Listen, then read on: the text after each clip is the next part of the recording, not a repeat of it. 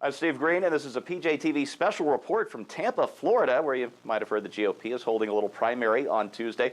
And our own Alexis Garcia is there, where they're cleaning up after a Newt Gingrich rally. Alexis, I'm stuck in my basement. You're reporting live from Florida. Please tell me it's just raining and miserable down there. Well, Steve, I'm stuck in a jet hangar right now, so maybe not too much better. But yeah, Newt Gingrich just finished a rally up here in Tampa, and just the same thing. We keep seeing this back and forth between him and Mitt Romney. The mudslinging is continuing.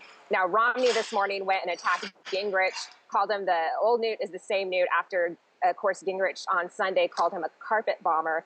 And it's interesting because Gingrich has come out, and I think, he's kind of employing this rope-a-dope strategy. He's absorbing the punches. I mean, Mitt Romney is outspending him 5-1 on the air here. He's really taken some blows, but I think he's actually starting to get back in the swing of things. He actually said there's one poll that shows him tied with the former governor here in Florida. So it's 24 hours to go. It looks like the race may be tightening up, but Romney has a little bit of an advantage.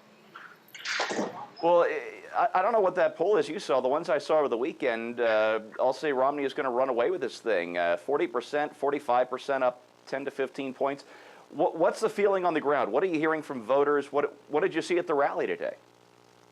Well, that's exactly right, Stephen. And a lot of here in the media, we weren't exactly sure if that's an internal poll Gingrich was citing, because we've seen polls come out yesterday and today that show him as much as 15 points behind Romney. But here today in the rally in Tampa, I'm telling you what, it was about a couple hundred people here, very enthusiastic crowd, people cheering for Newt. You had Michael Reagan, a popular talk show host, son of Ronald Reagan, come out, talked about his dad, really got the crowd fired up. And of course, you had Herman Cain making his entrance back into the national stage. And I tell you what, Herman Cain hasn't lost his touch.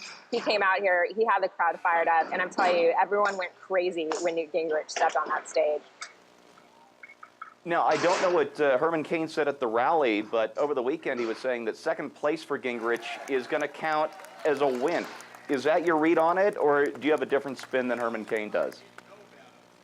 I have a little bit of a different spin. This weekend, Gingrich said on air that he needs to have a strong finish here to save his unique campaign. But let's remember, Florida is a winner-take-all state. So whoever wins the state gets 50-some-odd delegates. So for Newt to continue and really make the case that he is the person to have the nomination, he needs to do very well here, if not win this state. So, Herman came up, he fired up, he bashed the media a little bit, saying that, they're counting out Newt. They had counted him out in South Carolina, and looked what happened. So I think the Gingrich camp is really expecting things to be a lot closer than what the polls are indicating.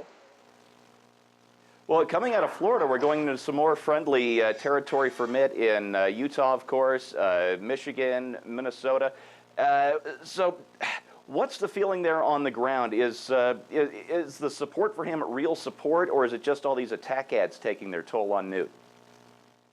Steve, I would say it's real support, and Gingrich mentioned this in his stump speech here, that he has people power. Romney may have money power, but Newt has the grassroots behind him. So I think that's going to carry him a long way. Now, February is going to be a tough month for Newt because we have a lull. There's only one debate until Super Tuesday, which I'm sure a lot of you out there are really disappointed about, but that's where Newt really shines. But you're heading into some primaries where Romney has done really well. You have the state of Michigan, you have Nevada, which he won handily last year. So this could be a long stretch here until Super Tuesday for Gingrich. Well, you talk about the grassroots, but in the top level of Florida politics, you've got Jeb Bush, who isn't endorsing anybody. Does that tell you anything about the state of the establishment GOP in Florida, or maybe anything about the strength of the Tea Party there?